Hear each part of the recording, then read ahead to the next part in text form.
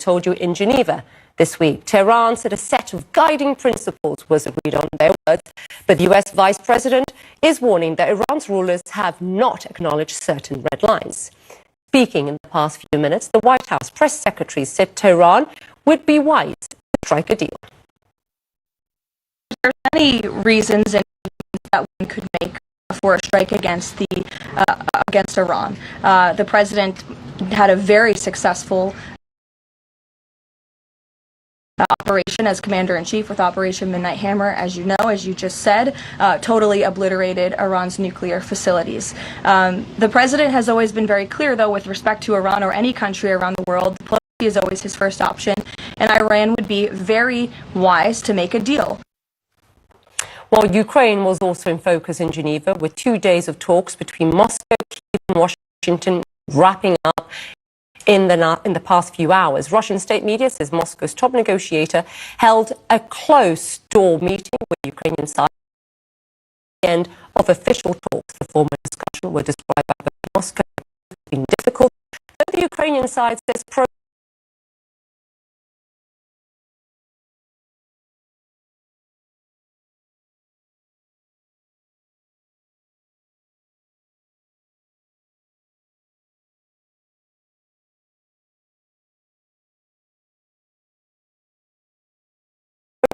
was made. This, as Ukraine's president says his country will reject any peace deal that involves handing to Russia. In an interview with Axios, Volodymyr Zelensky says it's unfair that US President Donald Trump is pressuring Kyiv to make a deal without expecting concessions from Russia. So a very busy couple of days on the diplomatic stage. Let's get more on the prospect of US and Israeli military actions to say against Iran with Jeremy Diamond in Tel Aviv. And Jeremy, I'm just seeing, and comes off the back of Press Secretary Caroline Leavitt, who's just been speaking. She has declined to commit to any firm timeline for diplomacy to proceed with Iran. This is just the latest we're hearing from the White House. So then, put everything we have heard in the last 24 hours into context and help us read between the lines. Because on one hand, the US, from what I understand, expects to receive proposals from Iran in the next 2 weeks. On the other hand, Israel is raising its alert level. Does Israel believe diplomacy has run its course here? Well, certainly there does seem to be a world before those meetings in Geneva yesterday and a world after those meetings in Geneva, and following those meetings, despite the fact that the Iranian foreign minister came out said that there was an agreement on a set of guiding principles to reach a potential actual agreement there.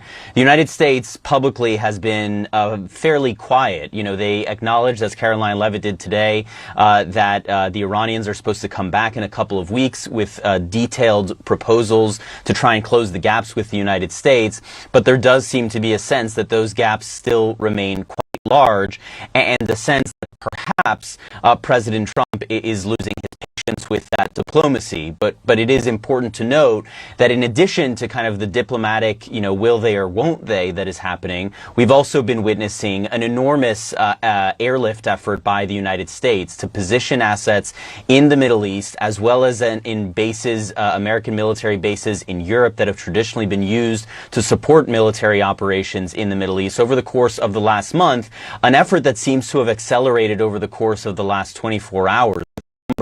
Of refueling planes, potentially taking along fighter jets as well, making the move from bases in the United States towards Europe and the Middle East. And over the course of the last month, even before yesterday, we had already seen some 250 plus cargo flights that came from the United States to Europe and the Middle East, positioning everything from air defense assets to personnel and other heavy equipment, in addition, of course, to some of those fighter jets that we know have been positioned. And so it's clear that a lot of preparations are being made for this, and now the Israelis are also stepping up their military preparations and signaling a higher level of alertness, and also one Israeli source signaling that Israel would join strikes with the United States should President Trump give that green light.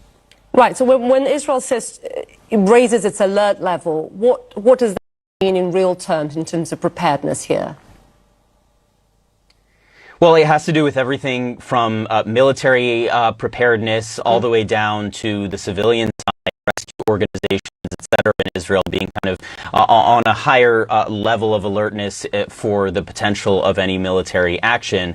It's important to note that last time, of course, Israel really had much more of an element of surprise when it struck Iran, but Iranian retaliation followed, several hours later, the same day, really, as those initial Israeli strikes against Iran. And Iran has, of course, warned that even if Israel doesn't outwardly join with fighter jets, or some other military equipment, those U.S. strikes on Iran has said that it would retaliate not only against U.S. bases in the region, but also against Israel itself. So the Israelis, whether or not they join this attack, if this attack actually materializes, certainly do expect Iranian missiles to strike right here in Tel Aviv and other sites across Israel. And so we see those preparations both for defensive measures, but also for offensive measures now very much underway in Israel. Isa. Jeremy Diamond for us in Tel Aviv this hour. Thank you, Jeremy. Let's stay on this story and get more on the fears, really, of a regional conflict in the Middle East and exactly what the ramifications could be. As the executive director of the Sufan Center joins me now. Colin, good to have you back on the show. We have been hearing for the last several days plenty of posturing, plenty of grandstanding from both sides. But now we're hearing diplomatically from both sides that progress has been made.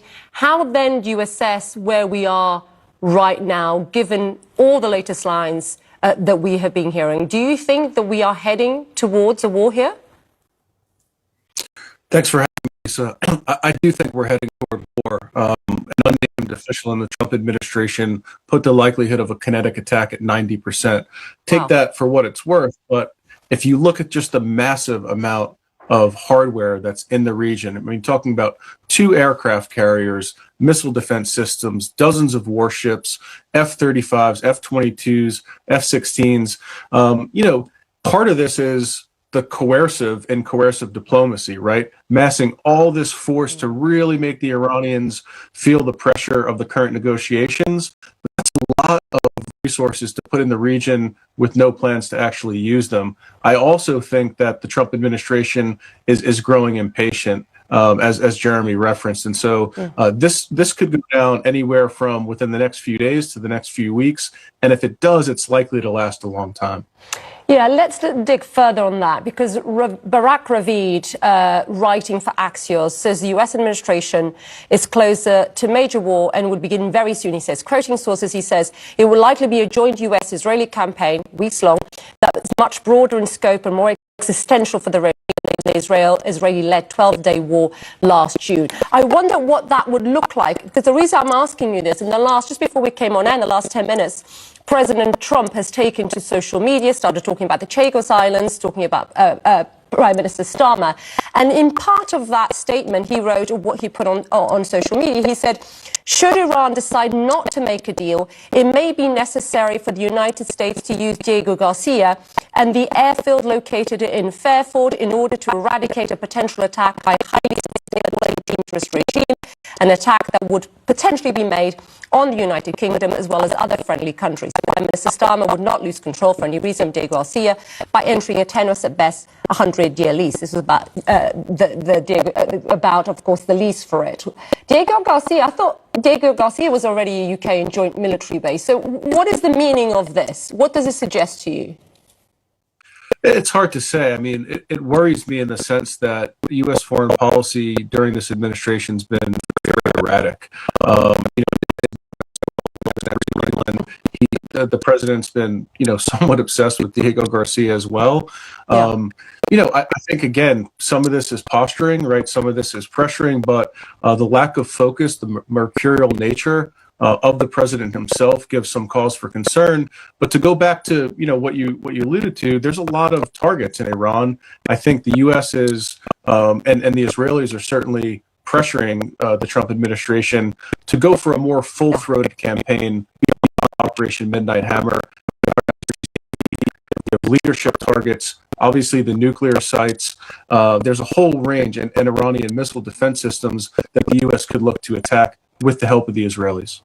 Right, let me get my producer Laura just to bring a graphic for our viewers to get a sense of just how significant, Colin, this air and naval build-up in the region is, because we know that the USS Gerald R. Ford is also the world's largest aircraft carrier, is also en route, right? So if we're talking about some sort of attack or, what would make sense to you? Yeah, certainly taking out, leadership targets, IRGC, including potentially the Supreme Leader, air defense systems, the nuclear sites. This is going to be a combination of offensive and defensive capabilities. Also, looking at various other ballistic missile sites in Iran. It's not that the United States. But this is costly, right, Colin? This is costly, is it not? Costly. It's very costly. Could be costly for personnel, depending on the Iranian response as well. Yeah. So we can't undercount that. And my question is, after all is said and done, if this is because then you're dealing with the power vacuum, then you're dealing with the potential for insurgency, and there's a range of states and non-state actors that would look to exploit that. Yeah, one would assume that whatever action it takes militarily, they would have political the vacuum. But we'll see. Colin, thank you very much. Lots of moving lines this hour. Thank you for staying across them for our viewers. Colin Clark there from the Sufan Group. Well, the founder of Facebook is in California court today testifying in a landmark social media trial. Mark Zuckerberg took the stand just a short while ago to answer questions about whether his company Meta designed features to be intentionally addictive and knew about the negative impact. The suit was brought by a young woman who said she was hooked on social media as a child and has suffered mental health problems as a result. There have been around 1,500 similar lawsuits filed, but this is the first one, in fact, to go to trial. Claire Daffy is tracking all of this for us. So, Claire, just bring us up to date. Have we heard from Mark Zuckerberg? What has he said so far? Yeah, Isa, we just got our first update from the courtroom. And interestingly, I'll tell you that the plaintiff who filed this lawsuit, Kaylee, she is in court to listen to Mark Zuckerberg's testimony today. This is the first time that she has actually been in as this trial gone on. Did take the stand this morning, and so far he has been questioned essentially around the core point of whether the company has prioritized profits over safety. He was asked by the plaintiff's lawyer, Mark Lanier, about whether there are children that are younger than 13 on the platform and what Meta has done to prevent that. Technically, the company says you have to be 13 to sign up, but Lanier brought in internal documents that suggested that potentially millions of 10 to 12-year-olds were on Instagram as of 2015. The fact that started asking users to add their birth date when they sign up in 2019. 2 years later, in 2021, it started going back and asking existing users how old they were. And Zuckerberg said that the company had some privacy concerns before it started implementing those age verification policies, but he ultimately feels like they ended up in a good place here. He was also asked whether Meta had goals to maximize time spent on Instagram. Zuckerberg conceded that earlier on in the company, they may have had those kinds of goals, but now the company is really focused on value to its users. And again, all of this really trying to get at the reasonableness of the actions that Meta has taken to protect young users. This trial about features like parental oversight controls, default privacy settings for young users, and the jury is really going to have to decide whether Meta did enough to protect kids on the app, Isa. Yeah, look, many families, and we've heard from some on CNN, clearly looking, Claire, for accountability, looking for transparency. We have known for many years from very brave whistleblowers that Meta was aware of these addictive issues, right? I want to play a little clip from one of those whistleblowers. Have a listen. It's the classic blaming the victim. We saw this in the tobacco lawsuits. They say it's like you made all these other choices in your life, and that's why you got cancer, not our cigarettes. So we should expect to hear this time and time again. They'll find anything they can point out and take responsibility for their own actions. I know it's early on. I don't know if this has been addressed, but it's this nature, right? Got the discussion yet, to the questioning. Yeah, that is the line that Meta is trying to walk here. The Meta's lawyers have essentially argued that this young woman, Kaylee, experienced mental health challenges because she had a difficult childhood and not because of Instagram and social media. Ahead of Mark Zuckerberg's testimony today, a Meta spokesperson told me, quote, "The question for the jury in Los Angeles is whether Instagram was a substantial factor in the plaintiff's mental health struggles. The evidence will show that she faced many significant, difficult challenges before she ever used social media." But the argument from Kaylee's lawyer is that she's a vulnerable target for Instagram that made her more vulnerable to be spending more time on these platforms and to experiencing mental health challenges because of them. So going to be very interesting to watch how Mark Zuckerberg continues to address this as his testimony goes on today. A landmark trial indeed. Thank you very much, Claire Duffy, for us in New York. Well, behind closed doors today, U.S. lawmakers are grilling a billionaire who played a key role in Jeffrey Epstein's rise to extreme riches. Positions, quote, "We're going to follow the money, ask the hard questions, and keep pushing until the full truth of Epstein's network is exposed." Wexner is the former owner of Victoria's Secret, who gave Epstein power of attorney over his vast finances. The Epstein Wexner was once viewed by prosecutors as a possible co-conspirator, but they never followed up or accused him of wrongdoing. Wexner says he was harmed by the late sex offender, denying knowledge of his trafficking operation and just appearing in the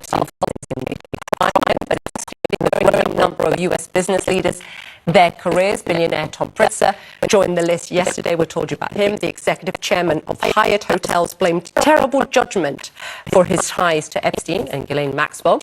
Last week, if you remember, told Goldman Sachs lawyer Kathy Rumler resigned after facing scrutiny over personal messages with Epstein and gifts he had given her.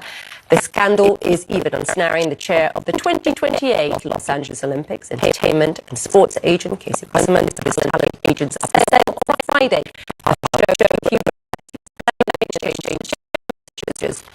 with Maxwell. Let's get more now on CNN, Stephen Collinson. So, Stephen, according to the Epstein files, Les Wexner, for many people don't know, he seemed to be in the money, right? So, what have we heard from him so far, or from his attorneys?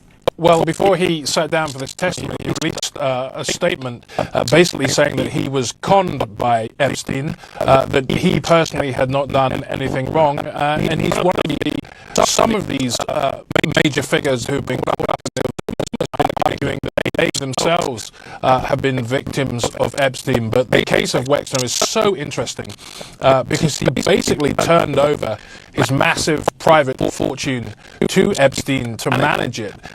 It was, in a way, it looks like this may have fueled a lot of the wealth in Epstein's lifestyle that we've all been puzzling about how he got so rich. So this part of the case could actually be starting to provide some answers to that question. So that's why it's so important. As I say, he said all of these people, and some of them you saw there that were starting to pay consequences for this. The question is, how could people not have had a better idea about what was going on in Jeffrey Epstein's life when they were so close to him? Yeah, and let's go back a bit, because I just saw comments by Republican Congressman Thomas Massey, who basically is calling this a cover-up, Stephen, and bigger, he says, than Watergate. Also suggesting the DOJ was trying to shield him with the FBI listing him, and we mentioned that as a co-conspirator in 2019. What happened then? Why wasn't this taken back then? We don't know, basically, because generally when a case is not pushed against somebody, you don't get an explanation as to why. In most cases, you don't even get to see the files like we're seeing here that were compelled to be released by law. With this Justice Department, it's very difficult to tell whether there was indeed a cover-up in the early acting of his name, and Mr. Beck's name, or whether it was just incompetence. We've seen a lot of that in the way that these files have been released. You have to say that Pam Bondi, the Attorney General's appearance in Congress last week, doesn't give anybody any confidence that the Justice Department is not up to something nefarious with this release of these files, and there are still millions of files that we haven't seen, so it's going to raise more questions about that. And it does get to something which the story seems to be developing now into a question of, are we going to get accountability for this trafficking network? Stephen Collinson. Thanks, Stephen. Appreciate it. Still to come tonight, why is the US attempting to copy this European country's vaccine policy, and will it work? Our Dr. Sanjay Gupta travels to Copenhagen to find out. And severe food and fuel shortages, and notorious Cuba is running out of oil, and it's ordinary Cubans who are suffering the most. We'll have a special report for you from Havana.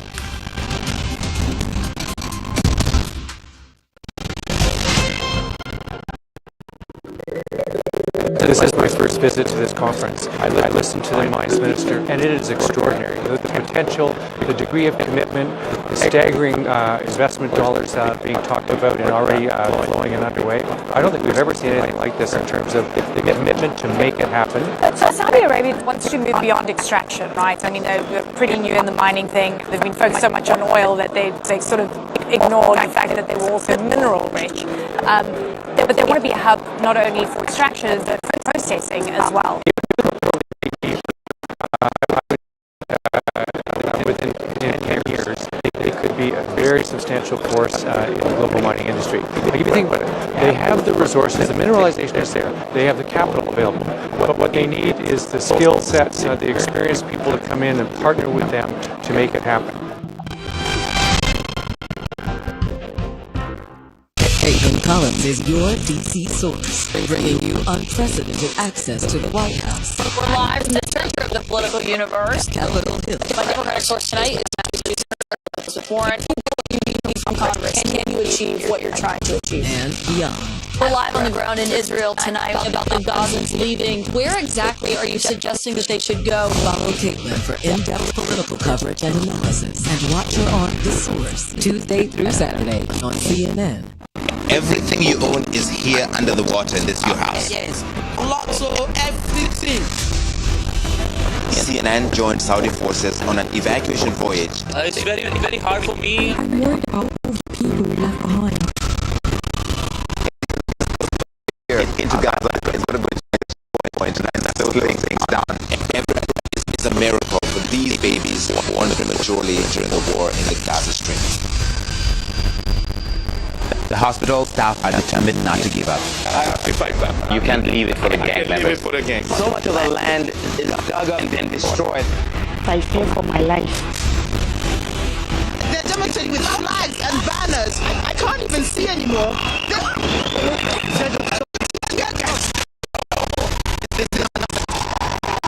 We don't have the easy way. It's just Gen Z power and power for the people.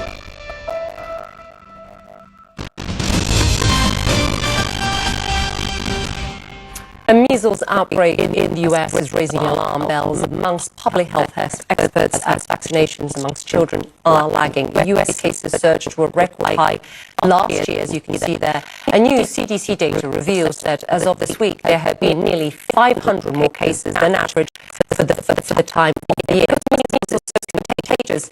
Health authorities have a 95% target. Rates in the US now slip below amid a global rise in vaccine skepticism. Cases of measles have also been spiking in Europe. Last month, the UK, Spain and Austria were amongst the countries to lose their measles elimination status.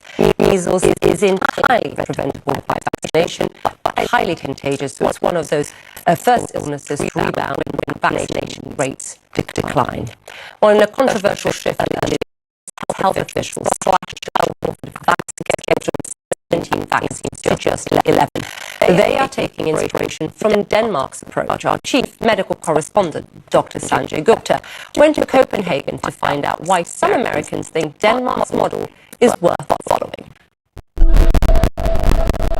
Denmark has long recommended fewer childhood vaccines than the United States. Babies here leave the hospital without any shots. By the time they're 12 years old, most Danish children have received vaccines against 10 diseases. Compare that to the United States. Until recently, American officials recommended children get vaccinated for 17 diseases. Now, 6 of those are still available, but no longer recommended. Hepatitis A and B, meningitis, rotavirus, flu, and COVID-19. Some of those, like hepatitis B, are still a serious threat in certain parts of the United States, but not so much in Denmark. About 6 in every 100,000 Americans are diagnosed every year with chronic hepatitis B. Compare that to less than 2 per 100,000 in Denmark. That means around 18,000 Americans die every year, compared to about 100 in Denmark. So this is a referral hospital. That's right. Dr. Jens Lundgren is a specialist in infectious diseases. He sits on the panel that decides which vaccines to give Denmark's children. Did it surprise you when you heard that the United States is trying to emulate their vaccine schedule on Denmark? Yeah, I certainly didn't see that coming. You cannot just take what has been carefully thought through in one geographical location, just take a look at that and generalize that. I think part of the reason that they emulate Denmark is because Denmark has the fewest vaccines on the schedule. But you see, that's not a good argument, right? So why do you want to condense your vaccine program against the fewest vaccine? You want to have the right vaccines for the public health that you have in your population. You believe these vaccines that we're talking about on the childhood vaccine schedule, you believe they are safe and effective? Correct. That's not the debate here. So what is it fundamentally about? We have come to realize, after have made some mistakes, also early on in how the vaccine program, that it's entirely based on trust. Trust when we come with a new vaccine into the program, they need to trust that that's very, very sensible to do, and they would therefore adhere to that.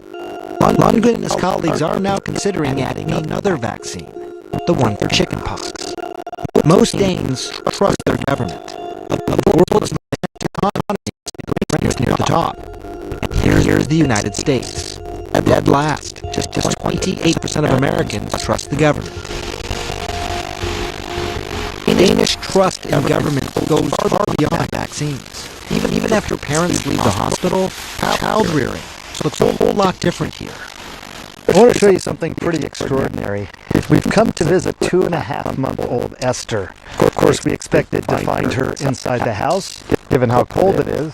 But instead, here she is, in a stroller, outside, in cold temperatures. You'll see this everywhere in Denmark. Parents swear by the fresh air for their heavily swaddled babies.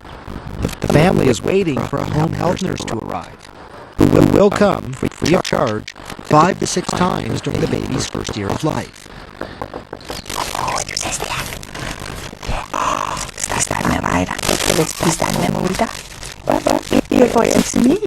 What I'm struck by is Denmark is so different than the United States. You're here. There's a lot of people in the U.S. who are not that fond of our government actually anything at all. It's 2 completely different countries, right? And it's run differently and politically, governmentally. But I would want for the people in U.S. to have some of the benefits that we experience, because I do believe it benefits me as a parent. I believe it works.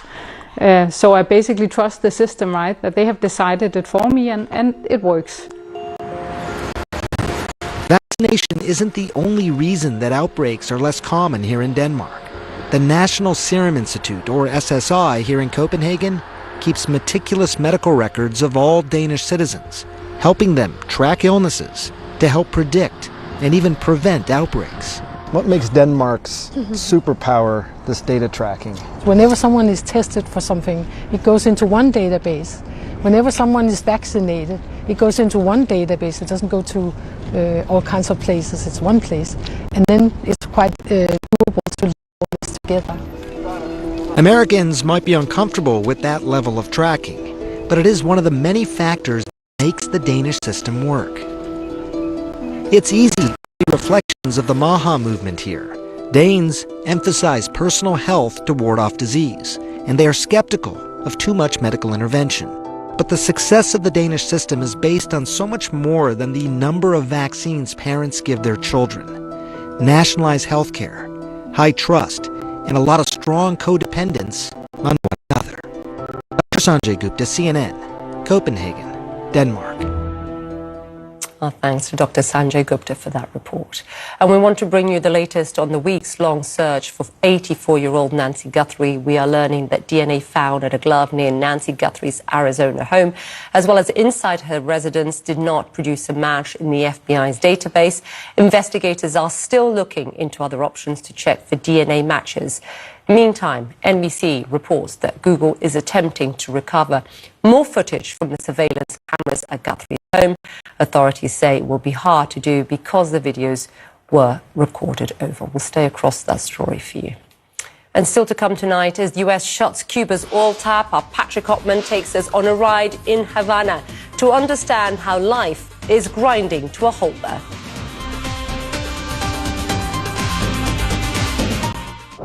Tokyo takes pride in keeping its city clean. But why?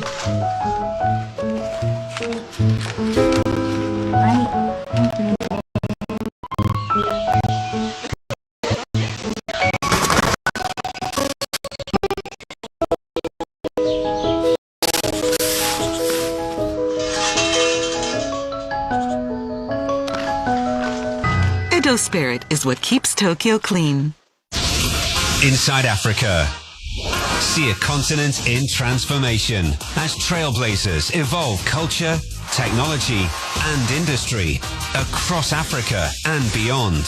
From the sea to the streets, media photographers capturing Africa with a new lens. Looking back at those photos and just feeling that energy, passion from that image is so timeless. Inside Africa on CNN in association with Zenith Bank. I'm Richard Quest. I love traveling the world. Broaden the mind, open the heart, and I'm not done yet. It's time to embrace new adventures. It's a walkway. I wasn't expecting that. Find the fun. Oh, that's very bitter. And seize the moments. That's very good. Now this is Papa. What could possibly go wrong in this world of wonder? This weekend on CNN, in association with Turkish Airlines. Did the re-election of Donald Trump play any role in your decision to resign? Why do you need to study it? It sounds like you have the facts in your fingertips. There really is much more that unites us than that which divides us. Watch The Lead, weeknights on CNN.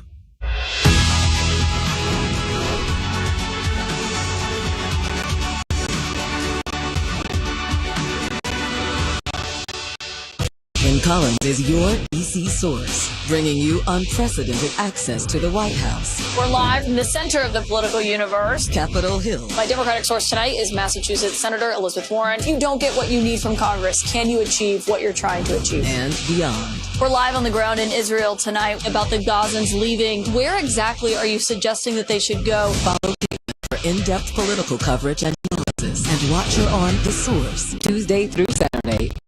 CNN World Sport. Action year-round.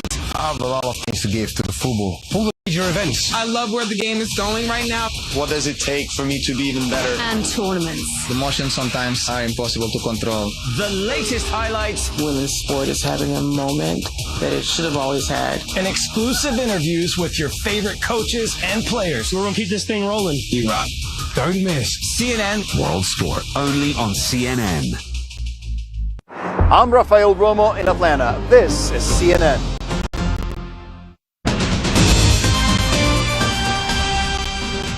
Welcome back, everyone. As Cuba runs out of oil under a crippling US blockade, the Kremlin is extending a helping hand, hosting his Cuban counterpart, Bruno Rodriguez, in Moscow. Russian Foreign Minister Sergei Lavrov, you can see there, stressed they will continue to support the island. Just have a listen to what was said. We know that our Cuban friends are always ready for such honest negotiations, and we, in turn, will consistently continue to support Cuba and the Cuban people in defending the country's sovereignty and security. Well, through military action in Venezuela and tariff threats on Mexico, the Trump administration has isolated Cuba from some of its key allies in the Western Hemisphere. Forced the communist government there to adopt significant political as well as economic reforms. But as US-Cuba talks grind ahead, it's ordinary Cubans who are, quite frankly, suffering the most. Crucial revenue from tourism is drying up. Blackouts are a nearly daily occurrence, and schools are closing to save energy. Our Patrick Oppmann is giving us a closer look at the worsening fuel crisis from the streets of Havana for you. Owning a classic car in Cuba used to be a gold mine. Until recently, Mandy Pruna earned more from 1 hour driving tourists in his vintage 1957 Chevrolet than most Cubans do in a month. But he's no longer able to make a living. Just before taking me out for a spin, Mandy canceled his permit to work as a chauffeur. Everything is uncertain at the moment, he says. There's no fuel. We don't know if there will be any and how we will pay for it. There's no tourism. Cuba is becoming an increasingly paralyzed country as the Trump administration's policy of blocking oil shipments from abroad cripples an already ailing economy. Where just weeks ago cars lined up for hours at the pump, now there's no one because there's no longer any gas. Each day public transportation is harder to find. Many switch to bicycles. When I first came to Cuba, the Soviet Union had just fallen, and there were more bikes on the road than there were cars. As this crisis goes on, it feels more and more like we're returning to those times. The White House is strong-arming Cuba's communist-run government to open politically and economically in exchange for the fuel shipments to resume. Cubans are seeing food prices soar as the crisis drags on. We are paying 2-3 times as much to restock and keep people happy. A vendor tells me there's no food. There's no immediate solution in sight. This is the kind of place that I buy from my family. Most of the products are coming from outside Havana. Transporting them from the countryside is going to get more difficult, if not impossible. Cuban officials have responded by saying people need to start growing their own food. Cuba may just be weeks or perhaps days away from running out of fuel. A humanitarian disaster could be on the horizon. Already, many fishing boats sit idle. One can't work. The country is stuck. There's no industry. Nothing is happening. This fisherman tells me we will see how this ends. Until then, the best many Cubans can hope for is to stay afloat as their country goes under. It doesn't look very good for Cuba right now. Patrick Oppmann joins me now live from Havana. Patrick, good to see you. Before we came to you, we were just showing a video of Dmitry Peskov meeting with his Cuban counterpart in Moscow. And Peskov said in one of the clips that we didn't play, but he said that Russia will, quote, provide appropriate assistance. Do we know, Lavrov, pardon me here, do we know what that appropriate assistance may look like? We don't, because, of course, Mexico, under threat from Donald Trump of tariffs, has stopped sending oil that Cuba desperately needs, has sent food, tons of food, which is certainly very useful, but is not going to power the Cuban economy. Russia has oil. They've sent oil to the past to Cuba, but that's oil that largely has not been paid for by the Cuban government because they don't have the ability to do so. So at this point, Russia knows that they send more oil, that's just going to add to the debts, the enormous debts that Cuba has to the Russian government. One of the reasons the Soviet Union went bankrupt was because they sent so much aid, the 1990s to Cuba. It supported the government here to the point that it helped bankrupt the Soviet state. So Russians remember that, and of course they know they were sent oil. It could be stopped by the U.S. It's really not easier for the U.S. to stop oil so close to their borders, and that would put them in direct confrontation with the United States at a very delicate time. So we've heard over the years lots of promises of Russia of aid coming here, but the reality has been not much has actually arrived. You have covered Cuba for so long, Patrick, as our viewers will know. Is this one of the worst moments you've seen in the last 10, 15 years or so for Cuba? How do you define this moment that we are seeing right now? I think it's the worst moment. And I came here for the first time in 1994. And as bad as things were then, Cuba was completely isolated. There was still hope. People, perhaps ignorance is bliss, were not connected to the outside world. But as well, there have been 30 more years of economic sanctions and, frankly, misrule by the Cuban government, economic misrule. And so people are just exhausted. They have had their friends and relatives leave. If you're here, you've probably thought about leaving. You've passed up that opportunity, which at this point you regret not leaving. That's what many Cubans tell me, is that if they could have left, they wish they had. And so I think it's just the exhaustion. But in terms of the blackouts, 12, 16, 8, 10 hours a day, some days in the neighborhood where I live, in the countryside it's much worse. Maybe you get 2 hours per day, and that just wears you down. People are cooking with they are eating. You see people that you haven't seen in a few weeks, and they're thinner. So it is having a real impact on people. And whatever the Cuban government says about resisting, I think people are having trouble actually doing that. It means that the power's off at their house and their fridges are empty. Absolutely. Patrick, grateful that you are covering this story for us. Patrick Oppman for us in Havana. Good to see you. Thank you, Patrick. And some news just coming in to us. An epic ski trip ending in tragedy after an avalanche and blizzard in California. At least dead.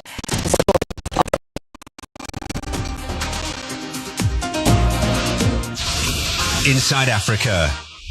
See a continent in transformation as trailblazers evolve culture, technology and industry across Africa and beyond. The sea streets. Meet the photographers capturing Africa with a new lens. Looking back at those photos and just feeling that energy, passion from that image is so timeless. Inside Africa on CNN in association with Zenith Bank. The Redwood Forest in California, home to some of the tallest and oldest trees in the world. Since 1918, more than 225,000 acres of these forests have been protected through the work of conservation groups, foundations, and the local community. Believing in a better future, be part of the movement. Find out more on cnn.com/call to earth in partnership with Rolex and its Perpetual Planet initiative. In the quiet forests of Southeast Asia, tigers are returning. Our mission today, we confirm Gamma is still alive. Deep in the jungle, we trek, eat and sleep on the front lines of conservation. A lot of hard work, a lot of blood, sweat and tears, I have to say. Because restoring a species takes more than hope, it takes resilience. Now it's really up to the tigers. And if they rise to the moment, history may be rewriting itself. This is what conservation success looks like. Mission Tiger, this weekend on CNN in association with B. Grimm. I'm Richard Quest. I love traveling the world. Broaden the mind, open the heart, and I'm not done yet. It's time to embrace new adventures. Way, I wasn't expecting that. Find the fun. Oh, that's very bitter. And seize the moments. Very good. Now this is tapas. What could possibly go wrong in this world of wonder? This weekend on CNN, in association with Turkish Airlines. April 20th, Global Perspectives in Doha. The CNN event series returns to bring together the global leaders and cultural innovators shaping the future. Find out more about the event and register now. On Laura Coates Live, we cover it all. Will you take this all the way to the Supreme Court? I'm not refuting a syllable of what you said. What do you say to people who are looking to find their voice? All the news, all on Laura Coates Live, Tuesday through Saturday on CNN. On breaking news just into CNN, 8 of 9 backcountry skiers buried in an avalanche in Northern California have died. Authorities just made the announcement amid the ongoing rescue operations to find the 9th person. The effort is proving to be difficult due to the blizzard around Lake Tahoe. 6 survivors were pulled from the wave of ice, rocks and debris that came crashing down on Tuesday. The group of skiers were on a guided off-trail trip through steep terrain. Stephanie Elam joins us now with more just heartbreaking news for those 8 families. What more do we know, Stephanie? Yeah, it's just crushing news to hear what has happened up on the mountain. What we've now understood is that last night, about 11 hours after officials were alerted to this avalanche, they were able to make their way in the darkness to rescue the 6 that they were able to communicate with. During the press conference that's still going on right now, they said that they were using the iPhone SOS feature. Someone was able to communicate with these responders to let them know where they were. They were able to get up to them and rescue those 6. When they got there, they were able to discern from those 6 that they had on their own found 3 of the people who were part of their group who were dead. Afterwards, they were able to go back after they got those 6 people out. I can tell you those 2 people did need to go to the hospital. One was treated last night and was released. The other one is expected to be released, so not life-threatening there. But still, when they did go back, they discovered that there were 8 found dead. 1 is still missing. They said that the 8 that were found dead, 7 were female and 2 were men. They said that they were fairly close together and that they were not far away from where the others who were rescued, where they were. So this was some information that they were able to get from the people who were recovered to help them. The problem is the weather is still really bad. In fact, take a listen to one of the chiefs here as he is explaining. Okay, this is the Tahoe Force supervisor saying that basically the weather is just so bad that they can't go in there right now to get to the bodies. They are still working on it. They still have their incident command center set up, but the weather is so treacherous that it's very hard to get in there. Remember, this is not a place where there's a road. They were backcountry, which is just rugged, off-the-grid terrain where people like to go. These people were on a 3-day trip.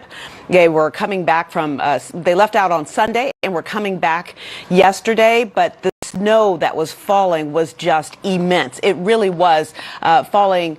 They were saying that we were expecting feet of snow before the storm even started, not just inches. And it's still falling right now. And that is what's making this so hard, why it was so treacherous. And even still, because it hasn't stopped snowing, even though it's slowed down, that avalanche area is now getting more snow on it. And so it's still precarious. So much so that they even had to ski in after they took their snowmobile out a bit. Then they had to ski in to get to them because they didn't want the snowmobile to trigger more snowfall. So just a very update coming out of this Lake Tahoe area. Yeah, and they're still looking for one of the members at this time. But like you said, Stephanie, conditions incredibly challenging. Thanks very much, Stephanie, for the breaking news there, the latest on that breaking news. Stay across this for our viewers. And still to come tonight, accusations of racism after a Real Madrid goal and celebration against Benfica. Sports Don Riddell will help us explain.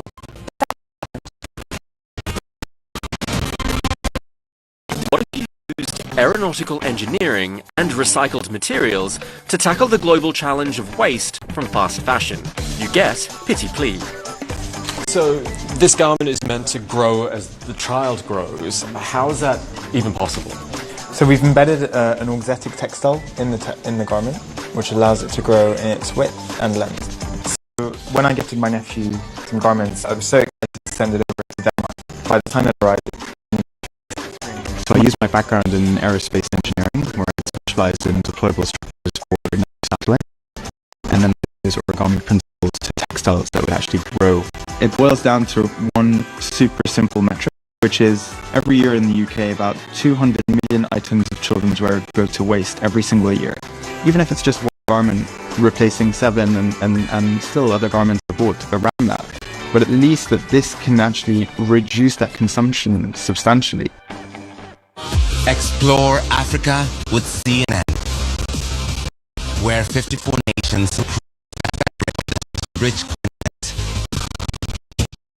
Really complex. Discover business. The biggest economic trends impacting the Nobody has ever done this in a week. Clearly, you're seeing something here. Nature and culture. I love music. Like music, this is everything. And the stories shaping Africa today. Exported to markets around the world. The next 5 years, what excites you the most? I think the digital economy is very, very exciting.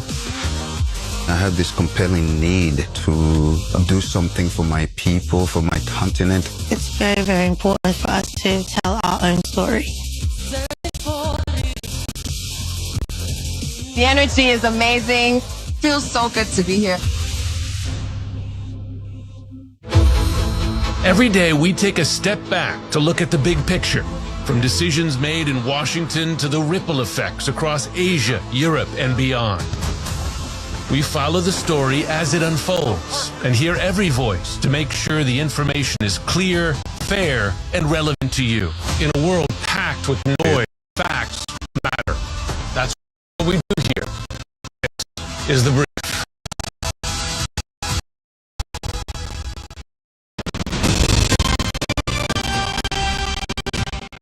Controversy following Tuesday's Champions League football game between Real Madrid and Benfica. The game was halted following this goal and celebration by forward Vinicius Jr. Benfica fans did not like had been made. Our World Sports' Don Riddell joins us now. Don, this is unfortunately a too familiar scene, right? You and I remember us doing a documentary on racism in sport always 15 years ago, Don. Bring us up to date with the very latest about this incident. What are we learning? Yeah, nothing new here, sadly. Nothing new here for Vinicius Jr. either, Issa. Yeah. I think it's now 20 times he's been on the receiving end of alleged racism like this, and he decided some time ago that he would speak out about it every single time. And it's a real shame because we just saw that racists are above all cowards. They need to put their shirts in their mouths to show how weak they are, but they have the protection of others who theoretically have an obligation to punish them. Nothing is new in my life or in my team's life. Vinicius Jr.'s Real Madrid teammate Kylian Mbappe spoke out as well. He said that he heard this player call Vinny Jr. a monkey 5 times. Where are we in an investigation? Have we heard from UEFA? What are they saying? Because I saw that Gianluca Bresciani, the Benfica player, he denied it, right? Yes, so UEFA have not said very much, but they have opened an investigation. Bresciani has denied it, as you say. Let's just look at what he said on social media. He said, "At no point did I direct racist insults at the player Vinicius Jr., who unfortunately misinterpreted what he thought he heard. I've never been racist towards anyone, and I regret the threats I received from Real Madrid players. And everyone pointing fingers at me for covering up with my shirt, when they know that all soccer players cover their mouths to talk. Don't try to make up more." Bresciani, if found guilty here by UEFA, could be looking at a 10-game ban. And I was reading what Benfica had to say, because they have been doubling down, haven't they? They even suggested, Don, that Bresciani was on the receiving end of the defamation campaign. And then we had some really staggering comments from Jose Mourinho. Yeah, Mourinho, who of course used to be the manager at Real Madrid. He is now in charge of Benfica. There seemed to be an element of victim blaming from Mourinho, basically saying that you should celebrate respectfully, almost suggesting that Vinicius Jr. brought this upon himself. But he also said something quite remarkable, which was that Benfica are the club of Eusebio, one of the greatest players of all time. He, of course, famously was a Benfica player. The suggestion there, well, Eusebio was one of ours, so Benfica couldn't possibly be a racist club. I mean, so many people make just absolutely no sense, and Eusebio played for Benfica a very long time ago, Issa. Yeah, I shall say no more. But it's a bit like saying I've got a black friend, so I'm not racist, right? It's within that. Thank you very much, Don. Appreciate it. Well, at the Olympics today, as Michaela Schifrin finally won her gold medal. Schifrin blew away the field in the women's shot. 1.5 seconds in a sport where results often come down to the 100th of a second. Schifrin struck out at the Olympics 4 years ago, if you remember, and had raced poorly thus far in these games. Meanwhile, Norway's Johannes Kosplot Kleibo is cementing his name as one of the greatest Olympians in history. The cross-country 5th gold of these games and 10th overall in the team sprint. He is the only British with 10 career gold medals. And finally tonight, scientists are expressing shock at a video of a sleeper shark from deep in the Antarctic Ocean. The video was shot almost 500 meters below the surface in waters that are barely a degree or two above freezing. Scientists had not known sharks lived in these waters. The shark is estimated to be about 3 to 4 meters in length. And as you can see on your screen, it looked quite muscular. Once scientists described it as a tank. That does it for us. Do stay right here. What we know, my colleague Max Foster is up next. I shall see you tomorrow. Have a wonderful day.